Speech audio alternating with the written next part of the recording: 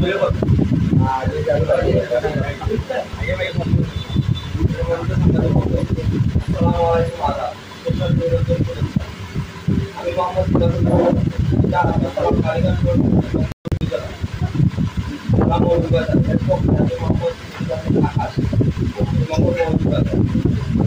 আপনাদের সবাই অবগতির মধ্যে জানাতে চাচ্ছি গত 24 আগস্ট 2025 অনুমান রাত অনুমান 9:30 কোটি টাকা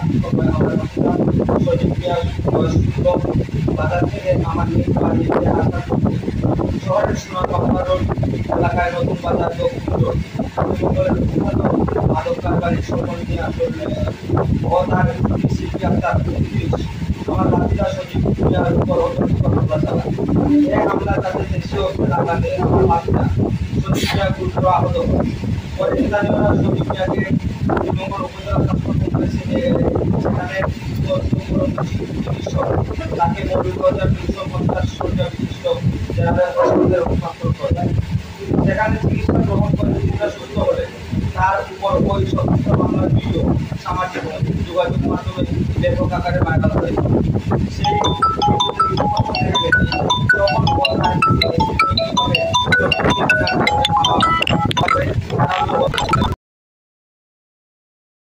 সেই আহত করার মূল ঘটনাকে উল্টো দিকে ঘুরিয়ে তার উপর হামলা হয়েছে দাবি করে 7 জনের নাম উল্লেখ করে আরো 50 থেকে 60 জনের নাম অজ্ঞাতনামা আসামি করে মৌলভীবাজার সিনিয়র জুডিশিয়াল ম্যাজিস্ট্রেট এবং 2 নং আমলি আদালতে একটি মামলা দায়ের করে।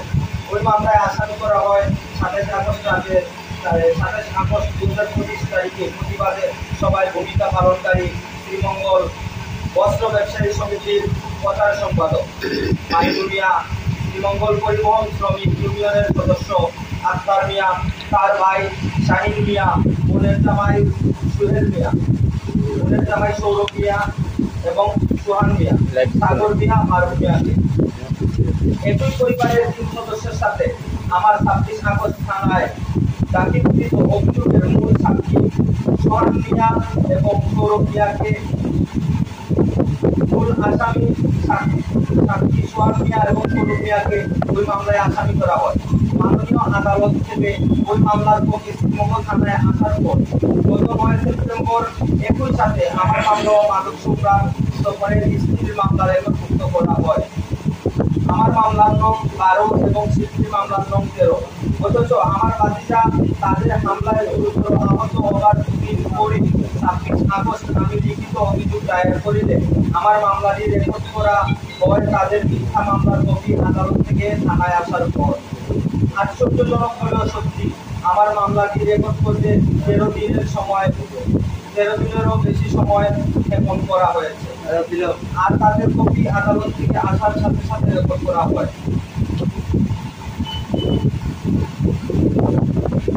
সাংবাদিকবৃন্দ, শ্রীমঙ্গল বস্ত্র ব্যবসায়ী সমিতির প্রচার সম্পাদক মাইনুল মিয়া গঞ্জের বিরুদ্ধে মাননীয় আদালতে যে মামলাটি করা হয় সেই মামলায় বাদী শিল্পী উল্লেখ করেছে, বিবাদীগণ আমার করে বেআইনিভাবে অনাধিকার করিয়া আমাকে বলে এলাকায় বসবাসের জন্য চাঁদা দাবি করিলে আমি তা দিতে অস্বীকার করি। বিবাদীগণ আমার উপর ক্ষিপ্ত হইয়া আমার চুলমুড়িতে ধরিয়া মাটিতে ফেলিয়া দেয় এবং এলোপাথারি মারধর করে এবং শ্লীলতাহানি করে।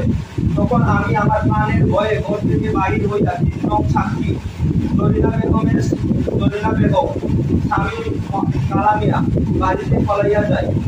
তখন বিবাদীগণ সেখানে আসিয়া আমাকে প্রাণে মারিয়া ফেলার উদ্দেশ্যে 1 নং বিবাদী চাইনিজ কুড়াল দিয়ে আমার ডান হাতে বাহুতে একটি এবং আমার কাঁধে খুব মারিয়া মারাত্মক রক্তাক্ত জখম করে। বর্ণিত মিথ্যা মামলায় শিল্পী আক্তার জরিনা বেগম ছাড়াও তার মেয়ে জুনু আক্তারকে সাক্ষী হিসেবে মান্য করে। শিল্পীর মিথ্যা মামলার দুই সাক্ষী যথাক্রমে জরিনা বেগম ও জুনো আক্তার গত 16 সেপ্টেম্বর 2025 খ্রিস্টাব্দ মৌলভীবাজার নোটারি পাবলিক কার্যালয়ে উপস্থিত হয়ে একটি এফিডেভিট করেন, যার নং 574। এফিডেভিটে তারা উল্লেখ করেন, আমরা ঘোষণাকারী গত অবগত হইয়াছি যে সোনারবাংলা রোড নতুন বাজার শাকিরুত্তর জরিনুক মোহাম্মদ সফল মিয়া এর স্ত্রী শিল্পী আক্তার বাদী করিয়া মাননীয় সিনিয়র জুডিশিয়াল ম্যাজিস্ট্রেট 2 নং আমলি আদালত মৌলভীবাজার CR মামলা নং 534/2025 ধারা 143, 448, 323, 324, 326, 307, 385, 227, 380, 354, 109 দণ্ডবিধি মূলে এক মামলা দায়ের করিয়া আমি 1 নং হলফকারীকে 3 নং সাক্ষী এবং 2 নং হলফকারীকে 4 নং সাক্ষী হিসেবে গণ্য করিয়াছি। আমার উক্ত মামলার ঘটনা সম্পর্কে কিছুই জানি না বা অবগত নই। আমার সম্মুখে মামলায় বর্ণিত ঘটনার তারিখ ও সময়ের কোনো ঘটনাই ঘটে নাই বা আমি কোনো কিছু দেখি নাই কিংবা জানি না। হয়তো আমার হলফকারীগণকে অত্র মামলায় সাক্ষী হিসেবে গ্রহণ করিয়া হয়রানিমূলক ও বিভ্রান্ত করিয়াছেন। শ্রীমঙ্গল কম্পিউটার ব্যবসায়ী সমিতির প্রধান সম্পাদক মাইনুমিয়া গঙ্গের বিরুদ্ধে মামলার বাদী শিল্পী আক্তারের দাবি মতে জরিনা বেগমের বাড়িতে তার সামনে বাদীর উপর হামলা করা হয়েছে, অথচ সাক্ষী এফিডেভিট করে বলেছেন তার বাড়িতে বর্ণনা মতে কোনো ঘটনাই ঘটেনি। এতেই প্রমাণিত হয় পুরো মামলাটির বর্ণনা একটি সাজানো এবং মিথ্যা নাটক ছাড়া আর কিছুই নয়। আমার ভাতিজা সজীব মিয়াকে প্রাণে হত্যার উদ্দেশ্যে আঘাত করে গুরুতর জখম করার বর্ণনা যা সামাজিক যোগাযোগ মাধ্যমে ব্যাপক আকারে ভাইরাল হয়, তা আড়াল করতে বা ওই ঘটনা থেকে নিজেদেরকে বাঁচাতে এই মিথ্যা মামলার নাটক সাজানো হয়েছে। আমি এই মিথ্যা মামলা বাতিল ও আমার ভাতিজা সজীবের উপর হামলার ঘটনায় মাদক সংঘাত সফল ও তার স্ত্রী শিল্পী আক্তারের গ্রেফতারের দাবি জানাচ্ছি। প্রিয় সাংবাদিকবৃন্দ, শিল্পী আক্তারের মান্য সাক্ষী তার বর্ণনা মতে ঘটনার ব্যাপারে কিছুই জানে না। এই মর্মে এফিডেভিট করার পর থেকে সফল ও তার পালিত সন্ত্রাসীরা তাদের এবং আমাদের দায়েরকৃত মামলার সাক্ষীদের প্রতিনিয়ত হুমকি দামকি প্রদর্শন করতেছে। এফিডেভিট করার পর থেকে জরিনা বেগম ও জুনু আক্তার স্বপন বাহিনীর হুমকিতে এখন পালিয়ে বেড়াচ্ছে। তাদের হুমকির কারণে আমার মামলার সাক্ষীরাও অনেকটা আত্মগোপনে রয়েছে। মাদক সম্রাট কথিত সন্ত্রাসীরা যে কোনো সময় যে কোনো মুহূর্তে তাদের প্রতিসাধন করতে পারে বলে তাদের ধারণা রয়েছে। তারা এখন আতঙ্কিত।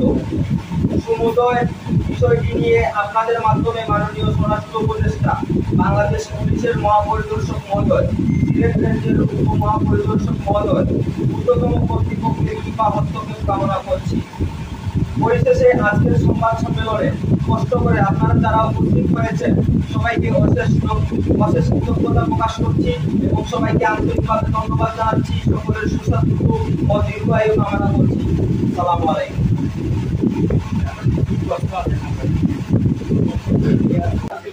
আপনার নাম ইমদাদুল হক, আপনার পক্ষে সে এটা পড়ছে নাকি? তো এখন কথা হচ্ছে যে আপনার যে ভাতিজা যাকে প্রাণে হত্যার জন্য আপনারা বলছেন যে প্রাণে হত্যার জন্য চেষ্টা করছে, আপনার ভাতিজার বয়স কত? 16। তো তার সাথে ওই বিরোধী পার্টি অর্থাৎ স্বপন গঙ্গদের সমস্যা কি? কোনো সমস্যা না। ও বাজার থেকে আসার পথে জালমুড়ি আছে না, জালমুড়ি খাইতে চাইছে। জালমুড়ি অর্ডার দিছে আর 2-3টা ছেলের ওরা দুরানি দিছে। ছেলেগুলা কেউ সঠিক বলতে পারতেছে না। দুরানি দেওয়ার পরে ডরাইয়া জালমুড়িটার পিছনে চলে লাগেছে, যার পথে ওরা পাইয়া ওরা মারা শুরু করছে। তার মানে এই সমবয়সী এমন ফুলাপান এখানে ছিল আরো 2-3টা ছেলে দৌড় দিচ্ছে আর কি। আর দৌড় দেওয়ার পরে তারে পাইছে, তারে মারছে, এটাই যে কথা। আর ওই যে শিল্পী বেগমের যে মামলার সাক্ষী ওরা 2 জন, শিল্পী বেগম তাদেরকে মামলা সাক্ষী করছে। ভাই আপনার নাম কি দাদা ভাই? জি কি? জুমা আক্তার। বাবার নাম? জি কালামিয়া ঠিকানা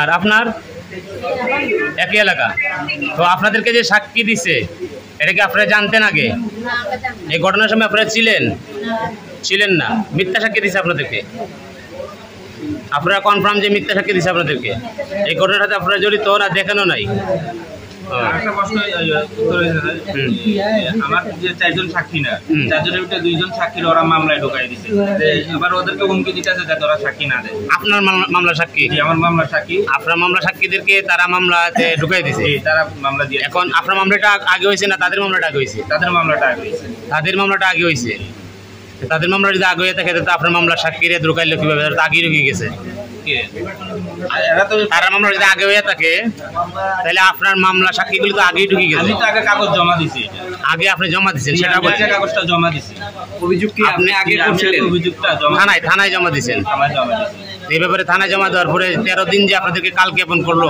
এরপরে আপনার ব্যবস্থা কি নিচ্ছেন 13 দিন যে আপনারা বলছেন 13 দিন ওসি সাহেব অপেক্ষা করছে আপনারা মামলা নেননি 13 দিনের ভিতরে আপনারা কি এসপি সাহেবের কাছে বা ডিআইজির কাছে অভিযোগ করছেন না করিনি আমরা থানায় কেন করেননি করি নাই আমাদের মন করে এখন কি নাই সময় পাই না এমনি আমি থানায় গেছি তো একবার না ওসি সাহেব যদি আপনারা অবজ্ঞা করে তাহলে আপনার এসপি রয়ে গেছে এসপি অবজ্ঞা করলে ডিআইজি আছে ওসি সাহেব বলছিল ঠিক আছে তুমি যাও আমি তোমাকে ফোন দেবো সেটা বলছে এরপরে কি আপনারা যোগাযোগ করছেন না আমি গিয়েছি দুইবার পাই নাই ফোনও করেন নাই ওনাকে নাম্বার নাই ওসি সাহেবের নাম্বার আপনাদের কাছে নাই না এটা হইলে তো হইতো না আপনাদের হইতো ওসি সাহেবের নাম্বার নাই আচ্ছা এখানে আরো কয়েকজন যথেষ্ট গুরুত্বপূর্ণ ব্যক্তিবর্গ রয়েছে আমি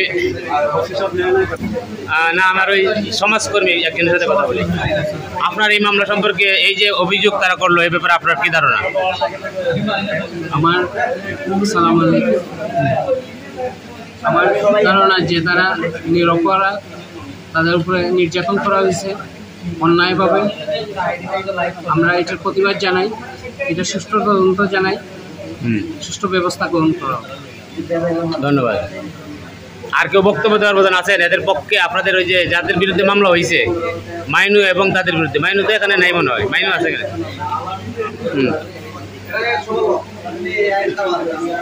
আপনার কাছ থেকে একটু শুনি এই যে তাদের বিরুদ্ধে যে মামলা হয়েছে এই ব্যাপারে আপনার কি ধারণা বক্তব্য কি মাইনু সাহেব লিগে আমার সংগঠনের প্রচার সম্পাদক বস্ত্র আছে মঙ্গল বস্ত্র ব্যবসায়ী প্রচার সম্পাদক আমি যতদূর জানি সে একটা ভালো ছেলে এবং সামাজিক কাজের সাথে জড়িত আছে এই মামলাটা ইদানিং হিসেবে যে আমরা এই বিষয়টাগুলো নিয়ে আমরা একটু আলোচনা করছি আমাদের কমিটির সাথে সবার ওই একটা মত সে তো ভালো ছেলে তার ভিতরে একটা মামলা হয়েছে ঠিক আছে মামলা গতিতে চলবো যাতে এখান থেকে বাইরে আয় এটা তাহলে আপনাদের সবার বিশ্বাস যে মাইনু একজন ভালো ছেলে এবং সমাজকর্মী তার বিরুদ্ধে এরকম মিথ্যা মামলা হওয়াটারে আপনারা কি করতেছেন আমরা এটা আমার নিন্দা জানাচ্ছেন নাকি